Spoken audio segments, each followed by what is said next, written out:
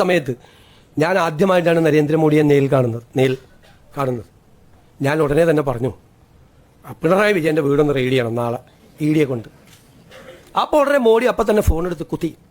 എന്നിട്ട് പറഞ്ഞു, നാളെ രാവിലെ സതീശൻ വന്നിട്ട് ആദ്യമായിട്ടൊരു കാര്യം പറഞ്ഞാൽ നാളെ രാവിലെ കംപ്ലീറ്റ് സ്ഥലത്ത് റെയ്ഡ് ചെയ്യണം. അപ്പോൾ ഞാൻ പറഞ്ഞു, ഒരു സ്ഥലത്ത് പോരാ, 12 സ്ഥലത്ത് ചെയ്യണം.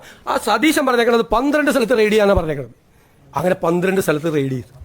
ഇത് മുൻ മന്ത്രിമാരുൾപ്പെടെയുള്ള ആളുകൾ വരെ വന്ന് പത്രക്കാരോട് പറയുകയാണ്. ഞാൻ ചിരിക്കണോ അല്ല കരയണോ ഇത് കേട്ടിട്ട്? നിങ്ങളൊന്ന് ആലോചിക്കും.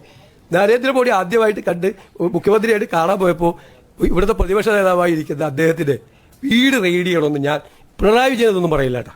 അദ്ദേഹം അങ്ങനെയൊന്നും പറയില്ല. എനിക്ക് അദ്ദേഹത്തെക്കുറിച്ച് എനിക്കൊരു റേറ്റിംഗ് ഉണ്ട് എൻ്റെ ഉള്ളിൽ. അദ്ദേഹം ഒന്നും പറയില്ല.